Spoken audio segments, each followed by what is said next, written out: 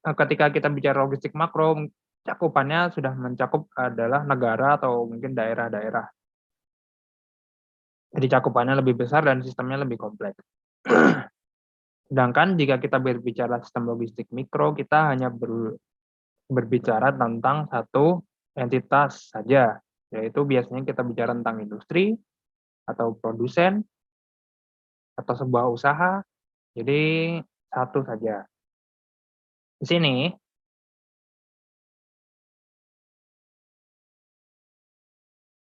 jadi kita punya sebuah usaha lah, sebuah industri ya, atau kita sebut proyek atau production system di sini. Nah, ketika kita membicarakan sistem logistik mikro, itu hal yang penting itu kita bahas bukan di sistem produksinya, melainkan di sekitarnya. Jadi dari supplier ke produsen jadi, atau mungkin barang jadi yang dibeli, untuk nanti didistribusikan kepada pelanggan dari usaha tersebut. Contoh misalkan ada perusahaan makanan, perusahaan kue gitu. Karena kue membuat kue itu dari awal bukan barang setengah jadi misalkan, jadi dia mencari supplier tepung, supplier telur, supplier mungkin ragi untuk membuat adonannya, atau mungkin supplier alat-alat, itu adalah barang jadinya. Untuk kemudian dia lakukan proses, untuk prosesnya kita tidak perlu bicarakan, kemudian yang kita bicarakan lagi adalah ketika kita akan menuju ke customer di sini. Jadi bagaimana cara pengirimannya, bagaimana cara memaintain relasi terhadap customer. Nah, di situ kita bisa lihat bahwa sebenarnya material flow itu, jadi materialnya, barangnya, itu mengalir dari supplier masuk ke produsen atau sebuah industri atau usaha dan ke customer. Sedangkan kebalikannya, information flow, ada juga flow yang berasal dari customer menuju industrinya, menuju suppliernya. Contohnya seperti apa? Customer misalkan kita akan melakukan order, customer melakukan order diproses, diterima oleh industri. Kemudian industri kita udah punya gambaran demand, gambaran order, gambaran seperti apa jumlah yang akan diproduksi, maka dia akan membutuhkan yang namanya bahan. Nah, bahan itu berdasarkan dari jumlah customer-nya berapa. Permintaan customer kita minta kepada supplier. Gitu. Jadi untuk material kita berjalannya dari supplier customer, kemudian information itu ada yang customer sampai ke supplier. Jadi ditarik dari customer.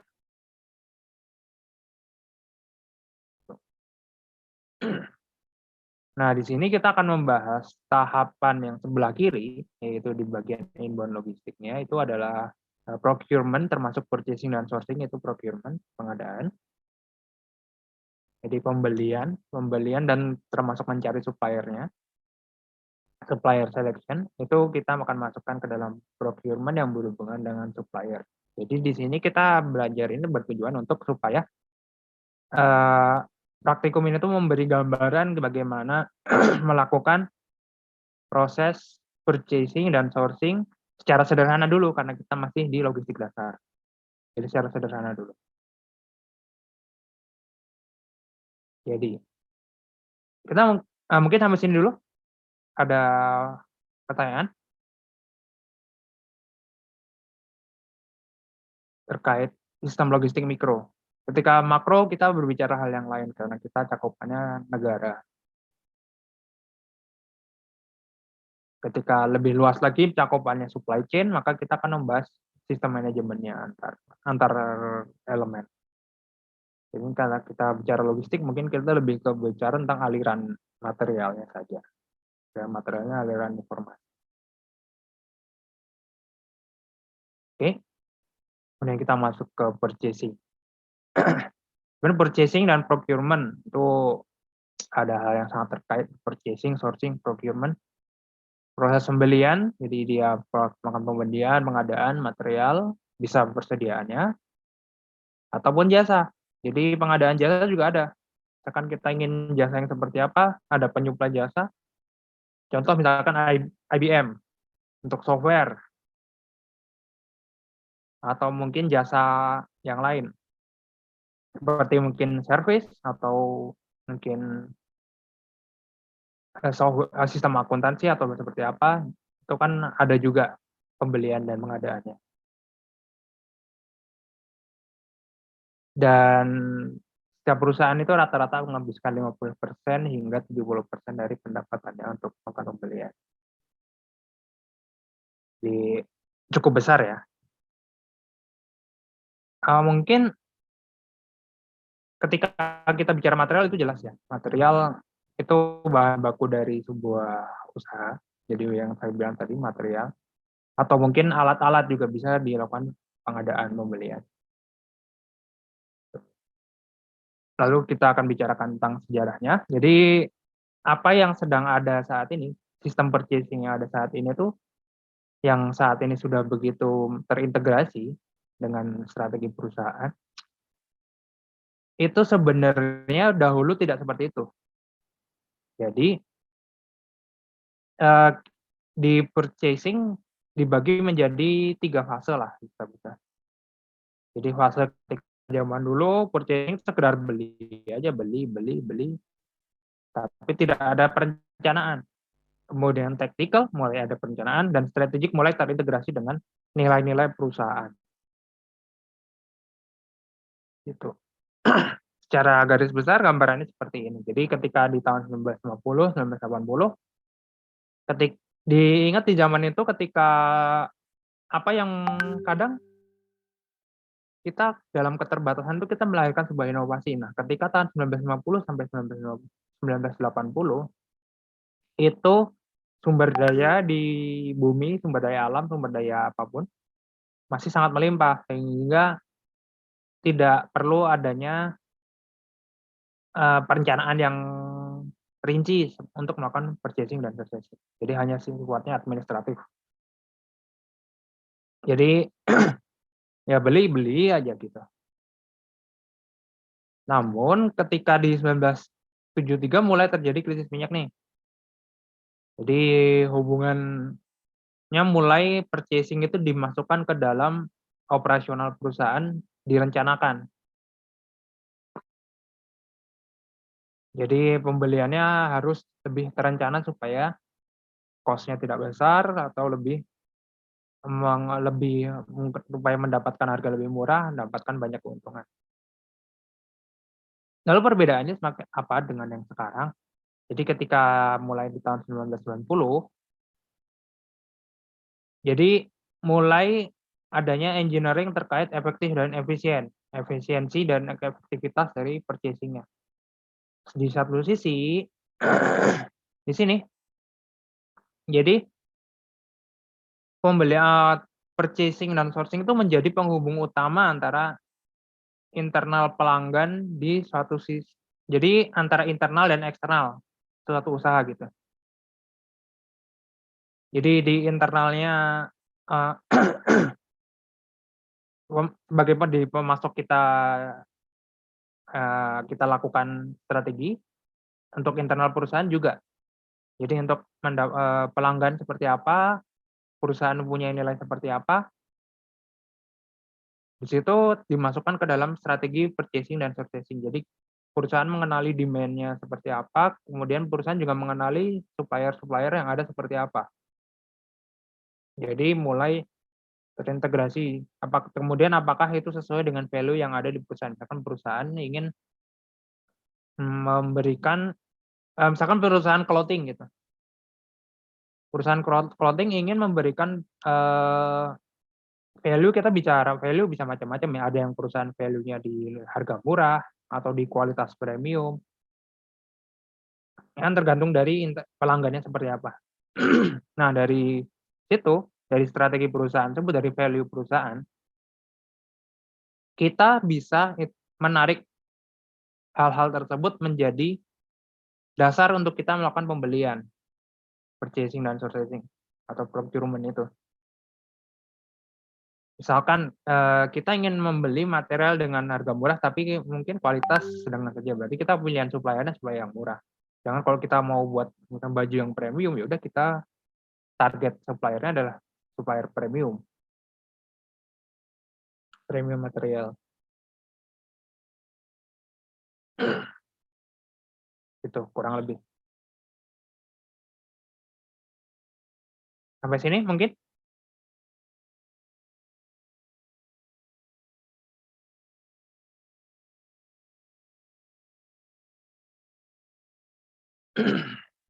Jadi kurang lebih seperti itu. Untuk kemudian purchasing proses, jadi proses untuk melakukan pembelian tersebut. Eee,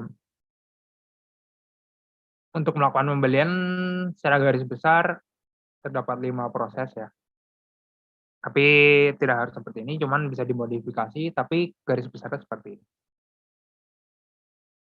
Jadi melakukan identifikasi dan analisis, jadi kebutuhan, market analysis-nya, mmm, jadi internal dan eksternal, jadi demand dan supplier-nya. RFQ, request for quotation. Quotation itu nanti kan kita. Jadi quotation itu kita minta harganya berapa, penawaran lah, atau bisa RFP, request for proposal. RFQ generation dan negosiasi, jadi sudah ada potensial supplier, negosiasi. Jadi setelah negosiasi, kontrak, yang dan tentu saja pelaksanaan kontraknya. Dan yang terakhir sebagai siklus continuous improvement-nya selalu mengevaluasi pembeliannya dan supplier-nya. Jadi nggak cuman supplier-nya, tapi kita juga pembeliannya. Kira-kira pembeliannya sebenarnya ini perlu atau enggak. Yang pertama, need identification. Jadi identifikasi dan analisis terhadap kebutuhan. Jadi perusahaan baju, perusahaan otomotif, dan perusahaan makanan akan memiliki kebutuhan yang berbeda-beda. Jadi dianalisis dulu seperti apa. Biasanya di perusahaan ada satu departemen procurement atau departemen purchasing gitu.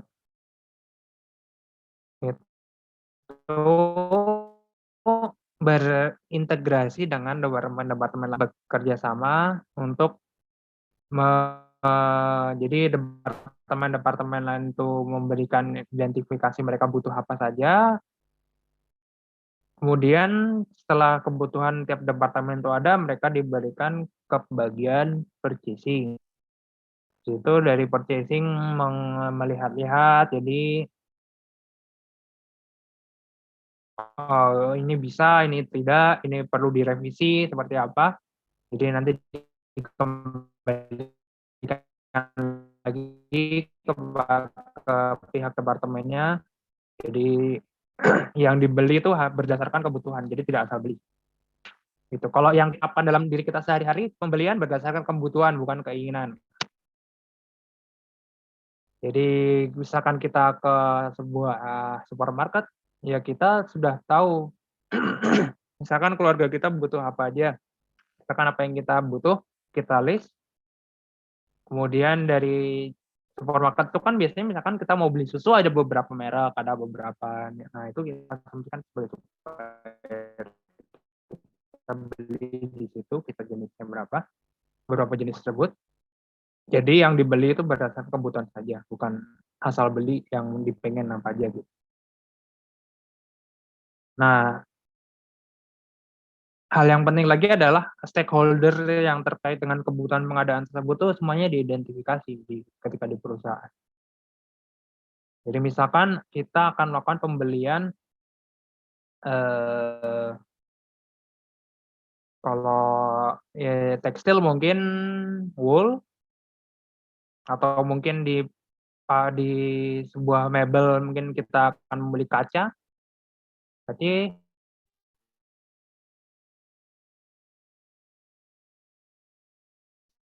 yang terkait dengan si gudangnya atau mungkin di quality control-nya.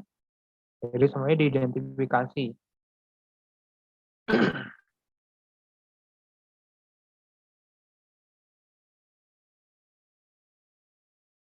Termasuk juga pengirimannya bagaimana nanti jadi stakeholders-nya, penerimaan pengirimannya. Jadi identifikasi dulu, based on needs. Semuanya based on needs.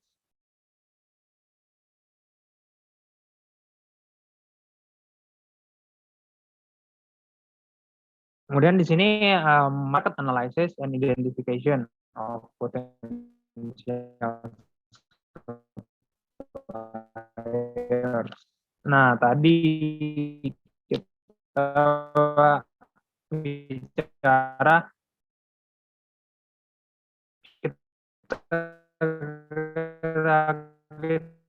bicara sebuah usaha, sebuah industri, terus tahu target pasar segmen pasar kita seperti apa, target pasar kita seperti apa, dan posisinya STP-nya dalam sebuah usaha. STP-nya seperti apa, kita tahu kan, oh kita punya demand sekian. Jadi demand-nya tahu, karena kita tahu pasarnya seperti apa. Kemudian untuk kita punya pasar, kita punya jumlah demand yang berapa, kita punya value di sini, value yang tadi, baru kita identifikasi supplier yang mungkin seperti apa. Nah, di sini untuk mengidentifikasi supplier itu ada yang gampang, ada yang rumit. Gampang tuh misalkan di pasar, ibu A, ibu B, ibu C jualan, ada yang jual sayur, ada yang jual telur, ada yang jual mungkin daging. Ya udah, segampangnya tuh kayak kita verifikasi, kita minta kontaknya, udah gitu, minta kontaknya udah, minta nomor HP-nya atau minta alamat rumahnya gitu, selesai. Ada satu supplier, misalkan seperti itu. Jadi bisa tanya-tanya harga langsung ke situ. Tapi yang mulai agak rumit itu misalkan kita mulai dari pre-proposal atau rapat supplier. Jadi misalkan kita ngerapatin dulu supplier ini, menurut perusahaan supplier yang layak itu seperti apa kriterianya. Kemudian meminta proposal, pre-proposal untuk menentukan supplier-supplier yang diidentifikasi seperti apa. Dan juga jangan lupa regulasi ya. Semuanya selalu terkait regulasi. Jadi mana yang boleh dan mana yang tidak untuk dipilih yang untuk menjadi supplier.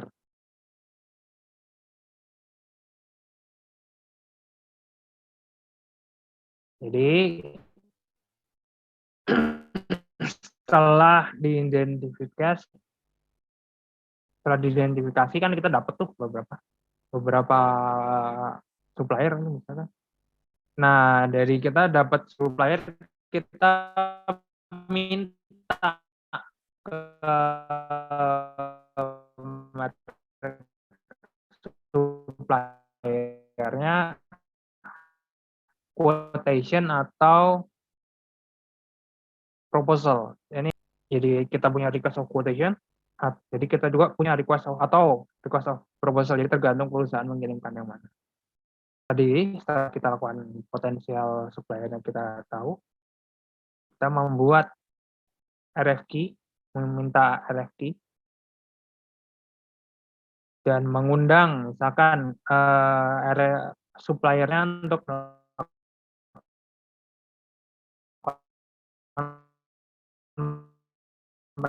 penawaran gitu. Misalkan, saya sedang membuat gedung FVTK.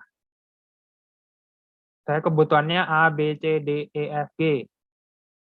Kita punya supplier A, B, C, misalkan supplier komputer, supplier kursi, supplier apa, Kita minta quotation-nya harganya seberapa, harga, spesifikasi, kemudian diundang untuk mau nggak melakukan penawaran, melakukan bidding atau tender, kadang seperti itu. Jadi beberapa penawaran masuk, kita lakukan nih analisis.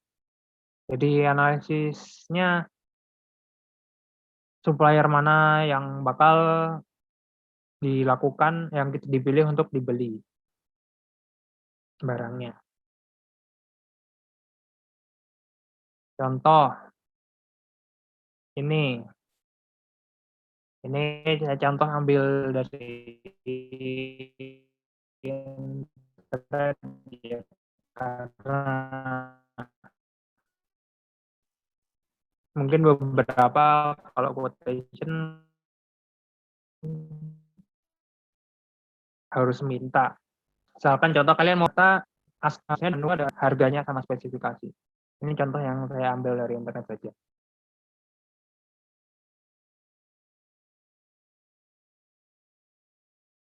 Jadi ketika kita melakukan pembelian itu sangat erat kaitannya dengan dokumen-dokumen ini. Kontrak, quotation, needs analysis,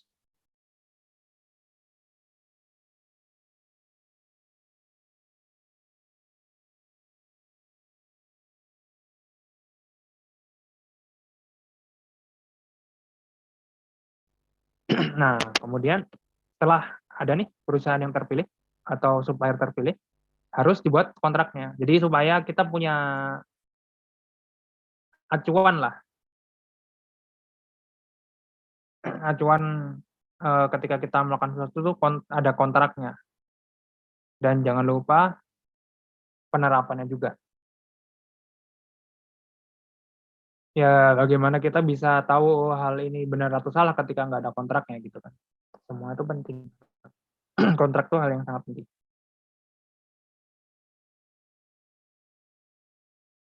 Jadi di sini misalkan teman-teman nanti pada bekerja bagian purchasing itu peran krusialnya. Ini memastikan nih material persediaan jasa sesuai dengan kontrak dan kebutuhannya.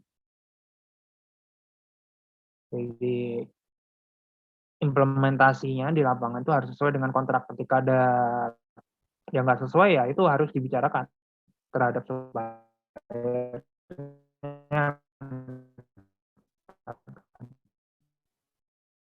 Atau mungkin kita yang melanggar kontraknya mungkin. Jadi untuk implementasi, setelah implementasi lakukan evaluasinya. Jadi setelah misalkan pembelian dilakukan, pengiriman dilakukan, hasilnya itu dicatat, ada problem apa itu selalu dicatat untuk dijadikan evaluasi. Misalkan supplier A pengiriman terlambat karena apa? Atau supplier B harganya tiba-tiba berubah karena apa? Atau supplier C mungkin ada cacat sedikit. Mungkin supplier D, oh supplier D ini paling pas ini semuanya. Tapi kok mahal ya gitu. Jadi misalkan supplier D ini tepat waktu, kualitasnya bagus, tapi kok harganya kayak kita ngerasa lebih mahal. Oh, dicatat aja gitu, nanti dijadikan evaluasi apakah mungkin kita mendapatkan harga yang lebih murah. Dan selalu menghubungi misalkan, oh ini ada cacat nih, kontak supplier dengan bukti gitu. Misalkan tadi kita bicara tentang kaca.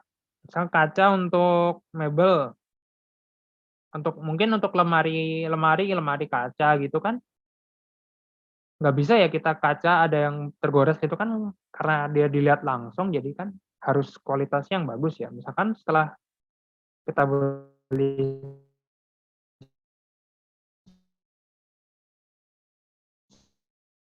sebuah kaca tersebut, ternyata datang barangnya cacat, ada goresan, goresannya nggak bisa hilang. Baiknya kamu mau ngeganti atau gimana gitu. Nanti biasanya dirapatkan ada yang mau bisa diganti atau bagaimana, itu kan juga terkait dengan biaya pengiriman juga biasanya. Biasanya menggunakan procurement performance checklist. Nah, kurang lebih seperti ini.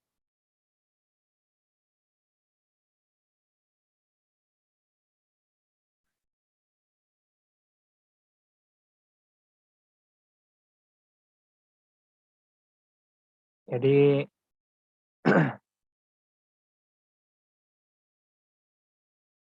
kita lihat ya beberapa kriteria. Jadi untuk memudahkan, di sini ada kriteria berbagai macam.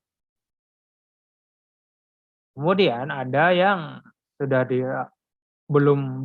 bahkan belum terlaksana, bahkan belum direncanakan, sedang masuk ke dalam perencanaan to do list, sedang berjalan,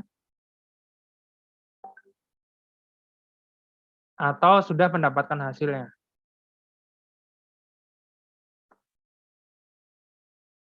Tuh. Jadi dilihat beberapa kriteria.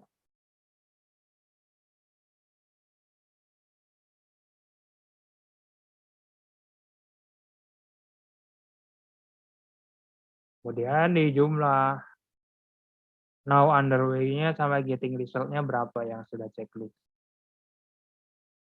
Gitu. Kalau cuman ada 0 sampai 4 berarti nggak terlalu bagus. Dan kalau untuk 5 sampai 8 jadi perlu ada perhatian khusus, sedangkan ketika 9 sampai 10 berarti sudah baik.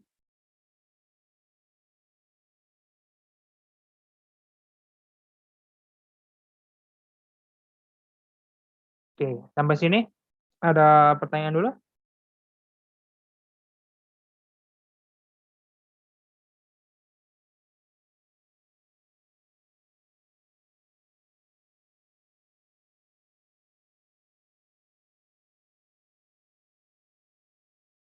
Atau ini deh, terkait dengan purchasing ya.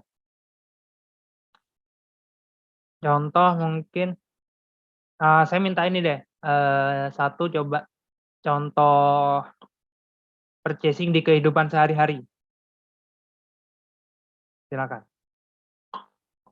Salah satu aja, biar kalian tahu ada gambaran.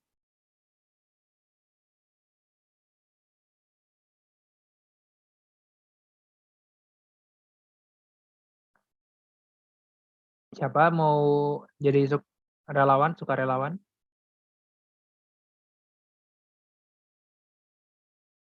Untuk menceritakan tentang purchasing di kehidupan sehari-hari? Procurement yang biasanya beli online kadang-kadang? Coba, saya tunggu satu orang.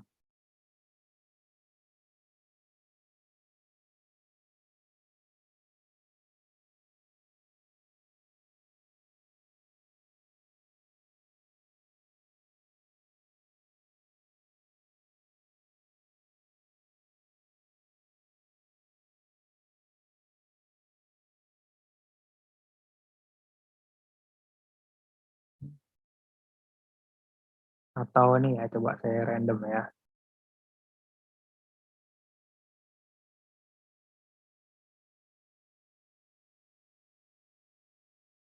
Saya random namanya dari partisipan.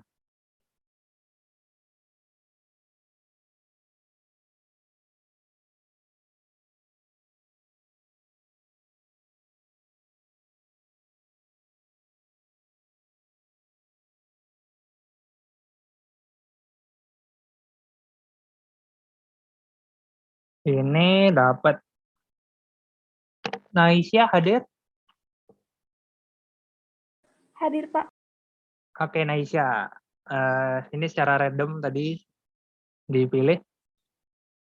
Coba ceritakan kira-kira purchasing dalam kehidupan sehari-hari, kamu punya gambaran seperti apa contoh?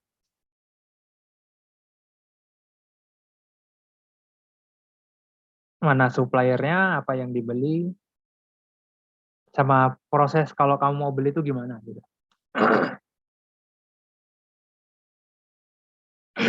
Angkat Aisyah.